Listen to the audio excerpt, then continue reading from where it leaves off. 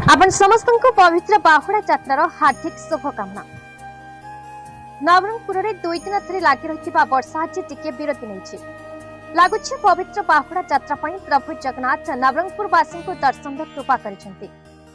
शांति श्रृंखला यात्रा हेबाको नवरंगपुर पुलिस एवं प्रशासन पक्षर विभिन्न पदक्षेप नि जिलापाल एसपी कहते भगवान का आशीर्वाद से आमर समस्त व्यवस्था अच्छी। पुलिस फोर्स पुलिस कर्मचारी अधिकारी समस्ते निजर आभिमुख्य ग्रहण करिसेंति। से आहुरी मध्ये कहते सीसीटीवी फोर्स नियोजन ट्रैफिक क्लियरेंस भीड़ नियंत्रण एवं चतुर्थांश नियंत्रण भली समस्त व्यवस्था अच्छी।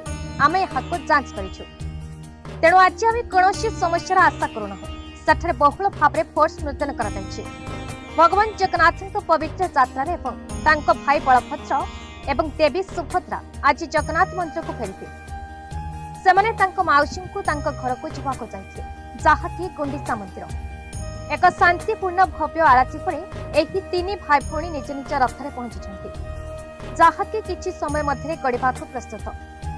प्रभु वासस्थान श्रीमंदिर को प्रत्यावर्तन यात्रा को बाहुड़ा यात्रा कहुए जार दर्शन और सानिध्य प्राप्त करने आखपाख अंचल श्रद्धालु माने बहुल भाव में आसबार लगी।